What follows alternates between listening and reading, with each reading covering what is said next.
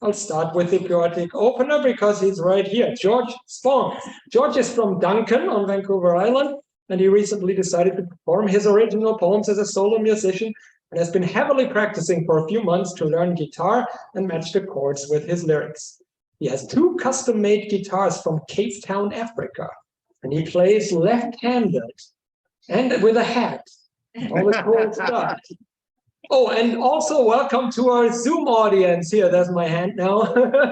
And now it will be just George. George Spong, please give it up for him.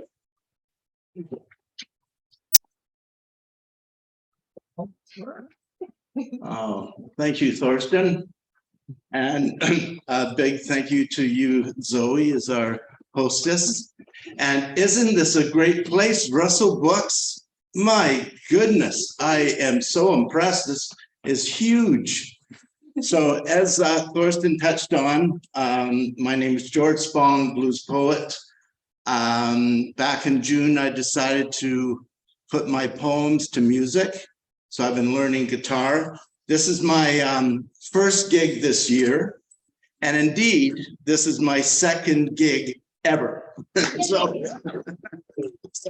I'm very pleased to be here to entertain, and I'm really confident that you'll have a great time. What were you called? Were you the openers? Or no, I'm the opener. No, I'm the greeter. The openers, the 12 openers were all really, really good. I'm very impressed, and congratulations to all of you. So this is a song / poem that I wrote when I saw a couple on a parking lot, and they were very mysterious. And so this is their story.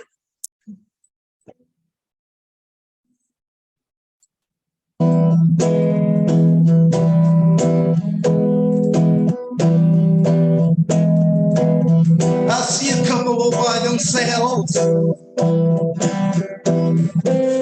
They're smoking, laughing, and talking. Wearing their clothes, looking at the ground. Cars around them are parking, moving in and out real close, almost like a dance. Though it's day, it seems they pose, ready to self-enhance. I don't know where you've been, I know where you're going to. I won't ask what's in it for you. I only see what's in my view.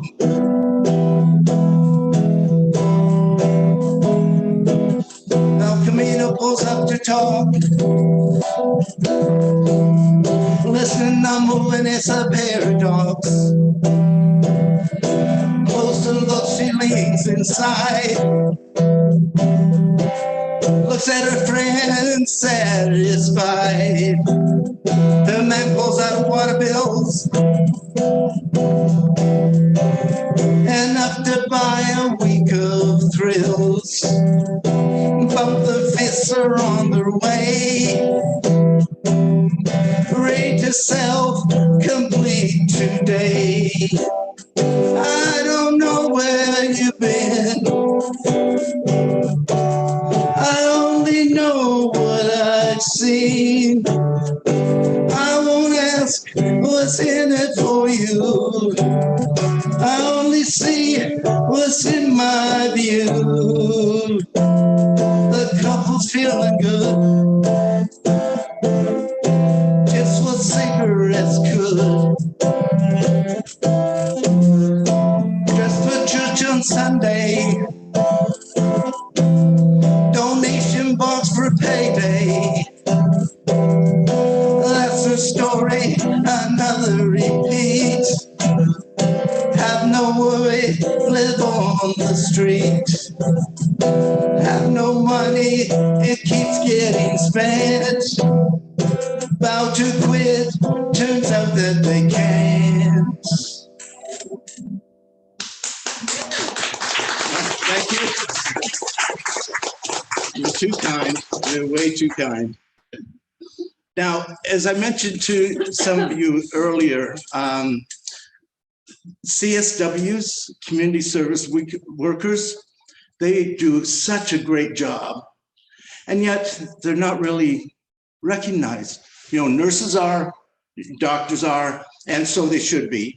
But this is a song dedicated to them. Like a bright new canvas before the Mona Lisa, thoroughbred resty for the home track pace. Eager minds are ready, the thoughts have gently risen. For guidance they're heading to those promised to listen. They're a treasured future, precious cherries low. Those who kindly nurture, earth angels are involved. They know they're not alone. With friends they draw near, found their second home. With friends they draw near, they know they're not alone. New horizons are meet, found their second home. With friends they draw near,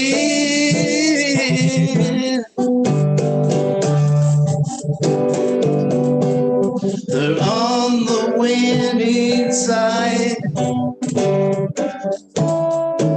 learning at the source.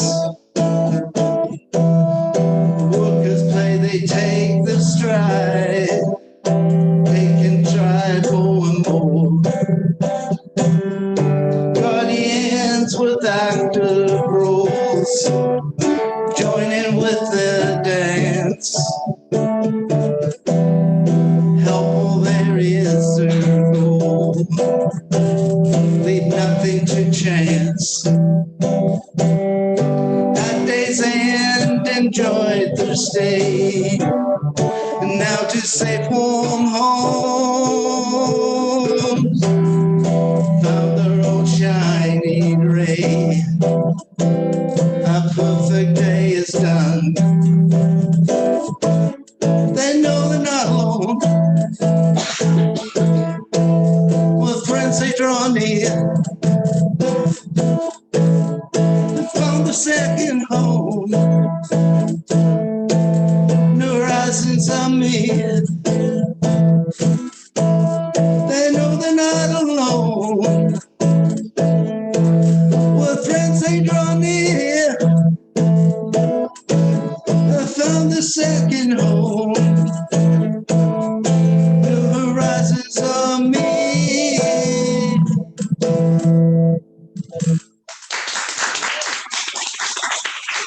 Thank you. Must be relatives. Oh, at least I see relatives in the corner there. Now this We've got about 1 or 2 minutes left. okay, this is a real quick one. It's called Broken Woman.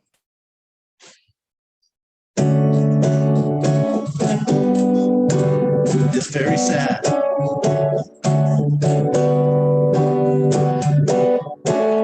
I see a broken woman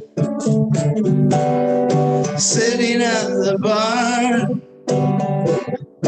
looks around, needs another, wanting someone far. She'll take on any takers, lonely as she is.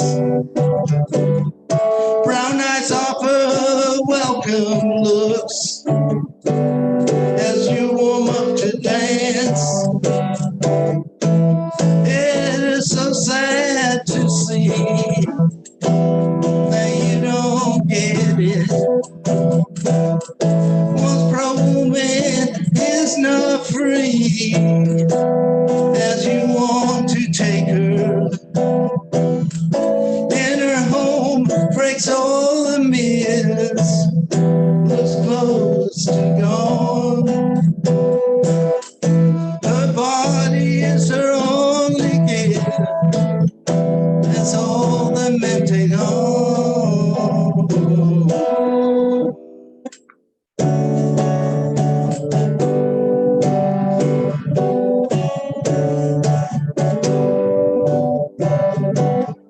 Door shut with no goodbye, or I'll see you again. Close her eyes, tries holding, cries, her face dripping rain. Body aches, she's in some pain. Gentle he was not, and understand to realize that she was just bought. After rest, shades the day.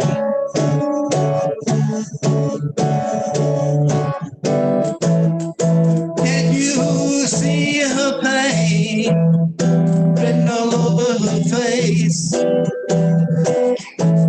Why not give her something to gain? She is no disgrace, and her home breaks all the myths. Looks close to gone. Her body is her only gift, that's all the men take on.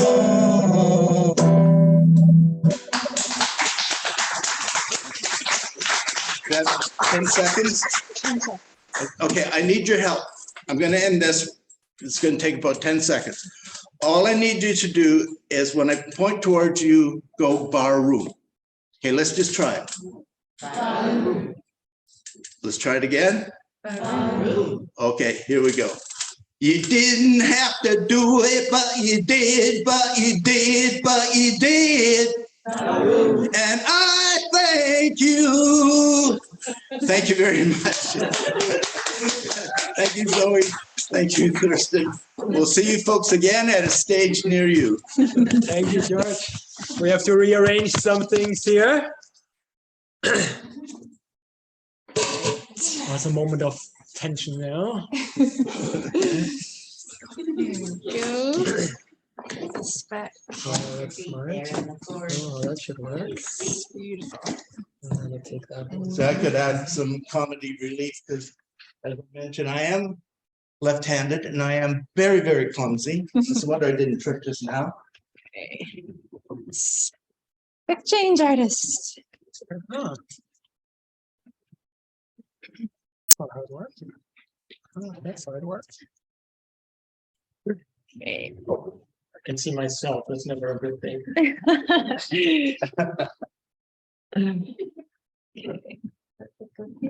Okay, and then this should work here. Yeah. Is that blocking too many people's view? You can scoot to the left. You can. Not really, because yeah. I don't know if that's better. There we go. Okay, give it up one more time for George, please. And then we can to last, but certainly not least part of the evening. We are very pleased to have Garry Gottfriedson join us tonight. So just a few words that I have here. Garry is from Kamloops. He is strongly rooted in his Secwépemc cultural teachings. He studied under Ginsberg and Marianne Faithfull at the Naropa Institute in Colorado. And he has published 10 books. That's more impressive, I think. Tonight, my understanding is he's mostly going to read to us from his most recent book, Bent Back Tongue, which is a raw examination of love, identity, politics, masculinity, and vulnerability. Garry, we are very pleased to have you here. Please read to us.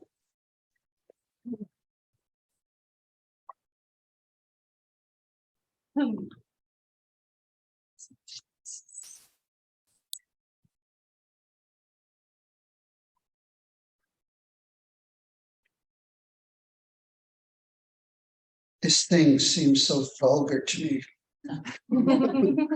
sometimes. Niet dan earlier na domingo que estamos hoy que los mutas na earlier.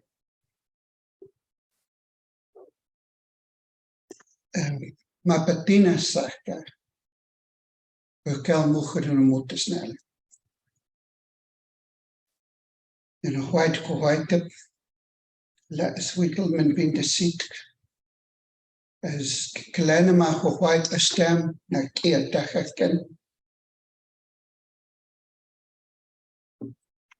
I wanted to speak to you from my language, first of all, and the people whose territory that I entered here. I have to let them know that I came here in peace, that I come here with my ancestors. My ancestors are with me when I travel. And having that knowledge, I have to let the people whose territory lives here and has lived here for thousands of years, I must let them know that I come here in peace, that I come here in a good way. And so I greet all of you, and I'm really, really happy and inspired to hear many of your work, your poetry, your music. That's awesome. And that's what this is all about. And continue to write, don't stop. I'm forever grateful to be asked to come and share my work. And I thank Russell's Books here for allowing me to be part of this small little journey, as well as my hosts. So thank you, everyone.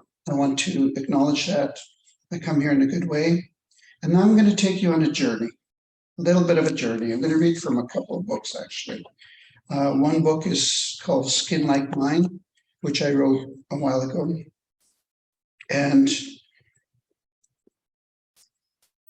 so you get to know me a little bit through my poetry.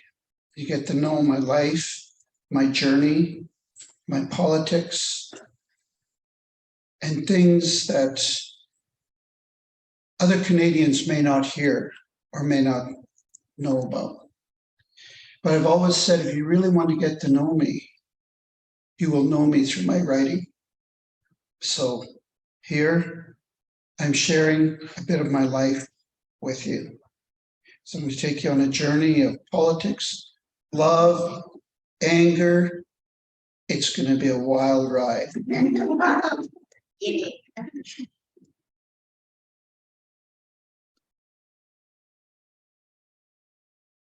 October skin.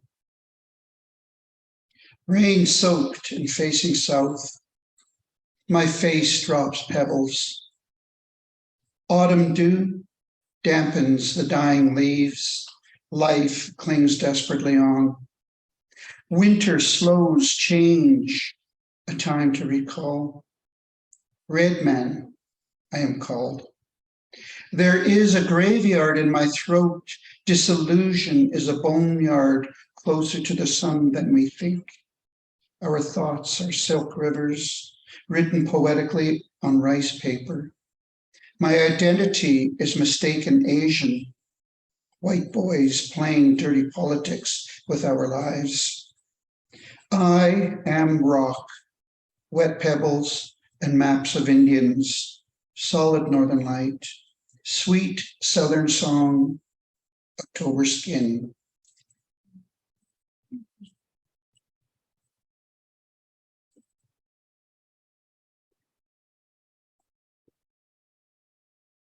Oil on Canvas, 1903. The blue door opens for me and Pablo Picasso. This Indian is in love with Pablo Picasso's blue, the blind man's meal. Put before me blue feeling fingers extending from the blue man's shirt, reaching for the brown vase beside the blue plate. His blue eyes are blind, gray eyes on white skin, searching for fresh white bread on the blue table. Blue is the sound of the world breaking the blind man's meal.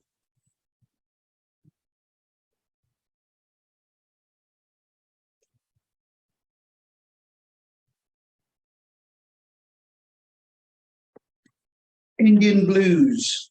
I should let you guys know, because I know people get a little sort of worried sometimes about what should I be called as an Indigenous person. First of all, I am Secwépemc. So it does not matter to me what English term is used for me, whether that be First Nations, Indigenous, Indian, whatever you want to call me. It's fair game in terms of the English language. But in my language, Secwépemc and Secwépemc, meaning I am Secwépemc. I was one of the lucky ones that learned our language. I went to residential school. You heard of the 215? That's the school I went to for 5 years. So I'm writing a new book of poetry. It's called 215, actually. So just about done that book. But what is really significant about my life is that my parents taught me my language and taught me the importance and an understanding of land and what land is to me and my people, the importance of it. And so a lot of that you will hear in my writing. But this one is about an ugly journey. It's not a pretty journey, but it is the reality of what happens in my nation, in my community. And so I'm going to take you on a little bit of a dark journey. It's called Indian Blues. Ice spills in my moccasin-covered feet. Rolling crystals into the fire in my veins, I jump into a war dance before my heart turns to a freezer full of ice cubes, whooping war cries as my blood flutters ash, smothering Logan and little child hanging from my walls. My mom made those moccasins, plain skin upon skin, with a few beads and fringes to keep perfect time. She taught me to dance when my intoxicated uncle sang the Indian blues, vibrating from the dog drum he pulled out of his own drunken heart. I never forgot those songs or dances. And after those ice cubes became blood again, I gathered up my thin-skinned Indian shoes, cradling them baby-like all the way to the wall where they hang now with the elite among Indian country, right next to the pictures of my dead mom and uncle. The other day, my grandson asked me to tell him the story once more so he wouldn't forget the tale of my survival and his.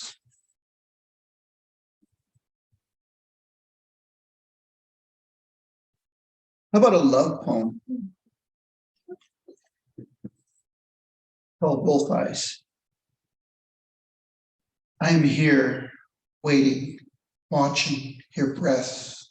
Fog rolling over prairie, reaching mountains full of promise. The crackle of your breathing ignites my arched spine, speaks of body heat to take off the chill, and then dampen my moss-scent skin as your roving tongue licks the salt from my neck, from my belly. The drum in my stomach pounds, butterflies wanting flight in valleys made of evergreens. Come to me, wolf eyes. I am here in solitude, waiting in the west for the sun's slow death. And now, from bent back tongue.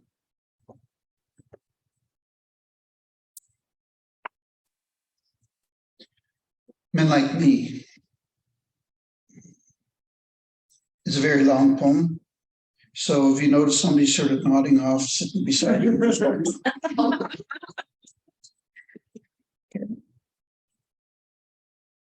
My body speaks of men like me, compressed and contained, conditioned by stereotypes, shaped by white privilege, chosen to be someone's trashy love story, still carting a stoic Indian inside, kicking up dust on res roads, loving the scent of the earth after it rains. We're strutting our stuff along Robson Street, Vancouver's Banana Republic district, forever straddling two worlds. Still, we are handsome savages, fulfilling fantasies hidden from the moon's beam, shining bear-like eyes, still knowing we are not elite enough to sit center stage on the Blue Water Cafe on Hamilton Street in the light of day. We all know our ranks in society. Indian pride is knowing we love ourselves enough to stand our ground despite ignorance, but knowing we are never noble enough to sport our images on center stage, definitely not on the Queen's currency, no matter how much we have contributed to this country and to the world. Instead, we have become what others have forced us to be, locked into public policy and pleasure, dangerously drifting from the red earth, hardly in touch with Granny's soft skin, becoming deaf to Grandpa's stories. Sometimes barely remembering we were born with bruises and blood. We were born naked. We were born brown. That our parents walked hunched over along a similar path a generation before us, weighed down with the Queen's victory, the woman who never knew her own children, who had no hand in raising them. But we never forget the lessons our ancestors taught us, their words inked in our bones, our own backs bent heavy, our iron hearts breaking gracefully, 7 generations at a time. Notwithstanding this, we give meaning to something more than ourselves, yet the weight of our travels stretches our limbs, carves ruts in our faces that tell it all. Our spines carry ghosts protruding from our skins, and there are graveyards caving in on our throats. Still, feeble, throaty songs reach beyond us.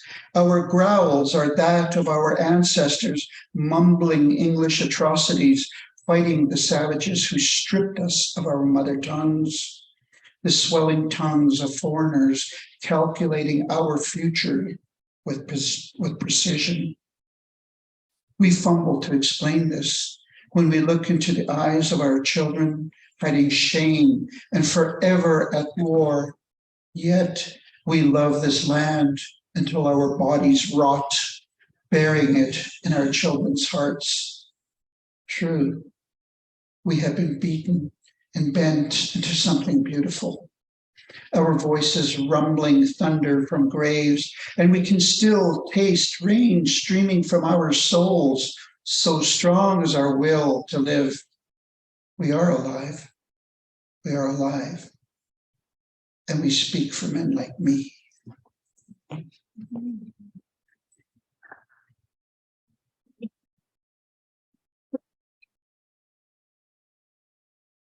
Sometimes, this is called sometimes. Sometimes I am afraid of the sky giving birth to a new day. I want to hide under a blanket of forever night. Sometimes I see things when I don't want to, like prayers falling from the sky, shattering on pavement, the images of beaten down paths before me. Sometimes I witness needles protruding from the arms of men lost and disinterested in their own natural spirit and running from their own gifts. Sometimes I am tired of repeatedly having to justify my skin, the way my brown body moves in shadows, the way I must always have thunder in my voice because deafness is astounding. Sometimes I am weak from fighting, my fists bleeding from mouthy debris, from defending my birthrights for a future and for my mixed blood grandchildren. Sometimes I don't want to remember my broken heart was once loved by you.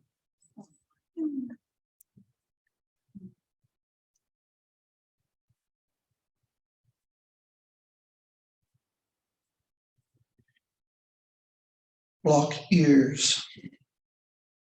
Hey, how much time do I have? You guys can keep track of it.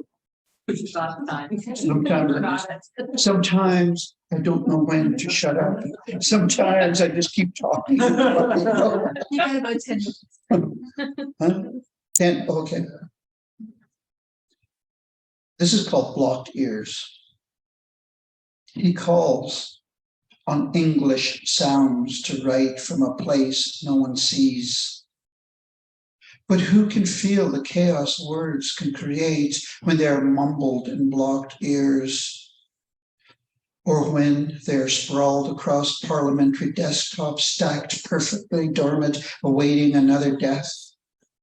He uses stones in his poetry and the weight of rain on rocks sliding from his tongue, whispering the names of insects crawling across his skinscape, living beneath the heaviness of men stomping and munching over the little lives crawling out from the depths of poetry and making a path found for the departing sun.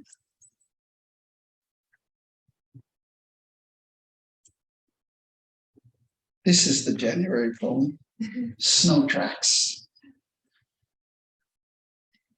I heard my lover's heart singing in a January storm. Breathing becomes ceremony in midwinter. Ice-covered songs sealed beneath the glass frame. Through the ice crystals framing the window, I discover snow tracks leading to warmer places. But my tongue is frozen, sitting idle until spring.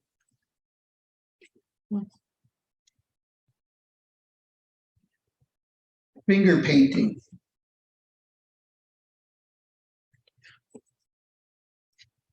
My skin still reminds you of your last lover. I can tell by the way your fingers paint a different frame than mine, rolling over my body, forgetting spots on my belly that make me flinch, or when you exhale love breath along my spine. You have forgotten the art of creating tremors on my skin canvas, or sounds rumbling within my blood, or how loudly my skin speaks when the sun is so close, it steams my body. It is crazy knowing everything beautiful has a consequence, like kissing scars. A body of wounds and reminders, old and deep enough, compelling me to love myself, since there was a time I didn't. I still allow whispers that escape secrets of you, that allow my skin to tremble pleasure. When you were there with me in stark love, but sometimes I accept things when I shouldn't. Sometimes I am too loud when I dream, twisting dreamy thoughts of you into metaphors, making truth into impressionistic art. or poetry that contemplates the human condition, because I am so good at hiding what quakes within, so good at falling in love with others who can't love me back, so good at being the prey, so good in addictions, and you are so good at not committing to a completed piece of art. It's a quiver in my stomach, killing butterflies. It's understanding how to use a body canvas in different ways, like responding to my sounds, like the way you paint my body, like the reminders you left aching on my skin. Is 10 minutes up? One more? Okay. This one's a tricky one, okay? It's called Ink on Paper.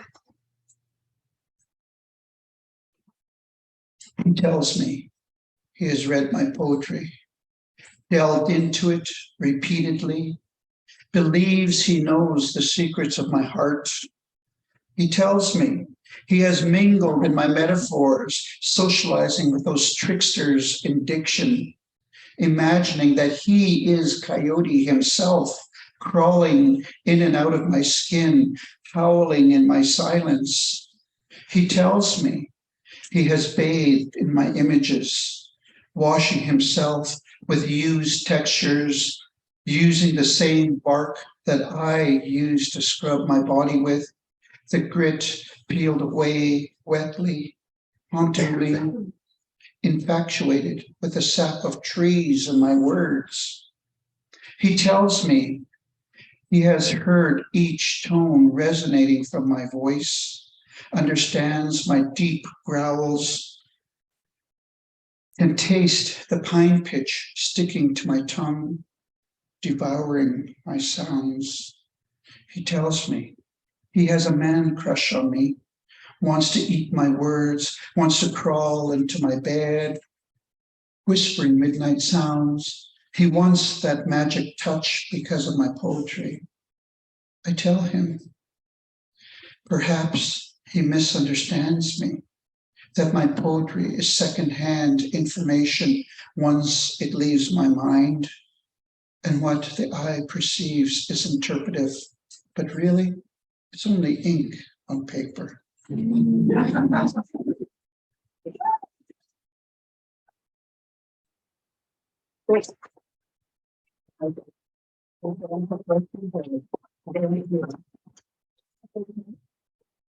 anybody has questions, yeah, sure, we can do that. Does anybody want to? Something? That's fine. This is because it was sacred. Sorry? I said we didn't clap in between because it was sacred.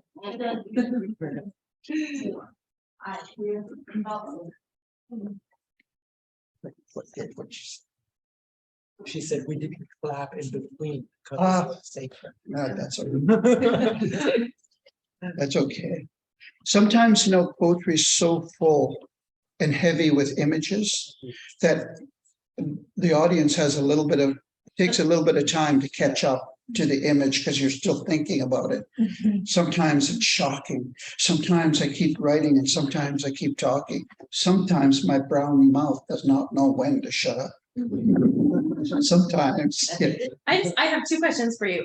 One is, do you ever write in your native language, in your first language?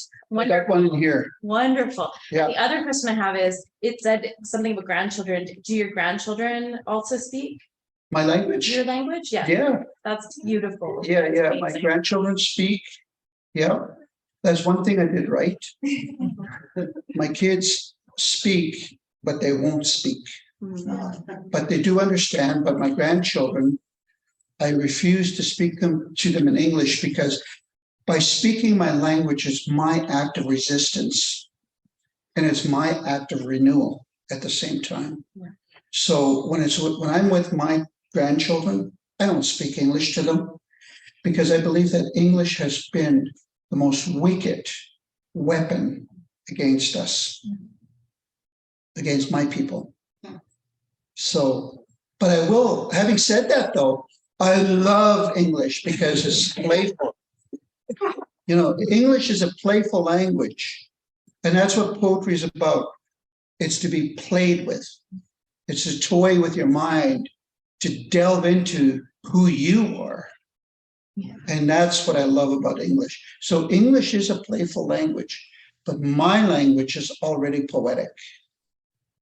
It's already poetic. Like, yeah, absolutely. I mean, I can read to you a poem that I have in this book that's bilingual. Sure. Is Do I have that time? okay? That would be lovely.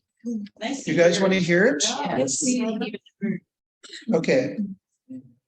Now, Zoe knows this because she had a lesson with me today, so she's going to get up here and explain how we began to write in my language. Do you remember all that, Zoe? Somewhat. Oh, good. Still transliterating into English, into Latin characters. So we didn't develop a written language until 1984. Yeah, and the reason why is because the potlatch law was still enacted up until Canada's Constitution in 1982. So it was illegal for us Indigenous people to speak our language. We could be imprisoned up to 6 years or longer for saying anything in our language. That was only up until 1982. That's Canada's Constitution. So in 1984, my people got together, and of course we did have a written language. We didn't need one because our memory was old as the earth itself. That's how old our memory was. Now, people that are forgetful have to write things down. So we didn't have a written language. We didn't need one.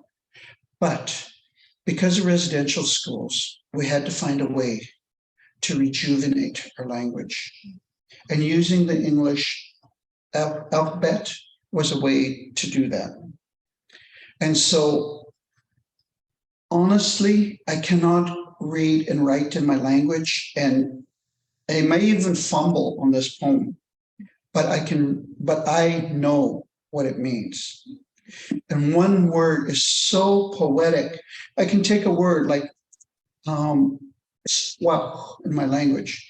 That means when the tree in the forest fires, it gets so hot, it explodes into fire.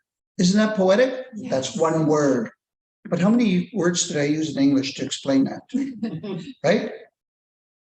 So that's how rich languages are. And that's not just unique to me. That's unique to any language in the world. Any language. It's all rich. And, you know, I love languages. So, my God. This is called Land and Language. I'm going to read it first in my language, and then I'll read it into English. Sky, Dirinas hand, Chilkowieksta,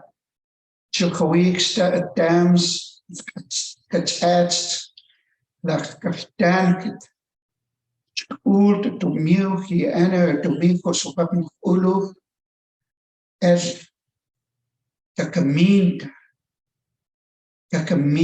the Max, Dipton, the Sutwal, Ui, the Kumal, Kult, the Skukwa Nasopapmuk get to max, Kitasta to Mil, each, let's just go out. Mechwes, Nas, Okaluto Ui, Teach, the re stumes, Urtus, that qua Kit Sumita, Repusement Kit, Comita, to Mil, Wakulut. Land and language written on rock. Taught through oral pastime, our language is old. It was born from the land, this land, Secwépemc. The reverberations rumbling from sky to mountaintops into the throats formed words, creating Secwépemc's genes streaming from the sky, touching earth, reaching our souls, melting glacier tears, weeping, forming rivers, and our hearts released sounds of land and language. There.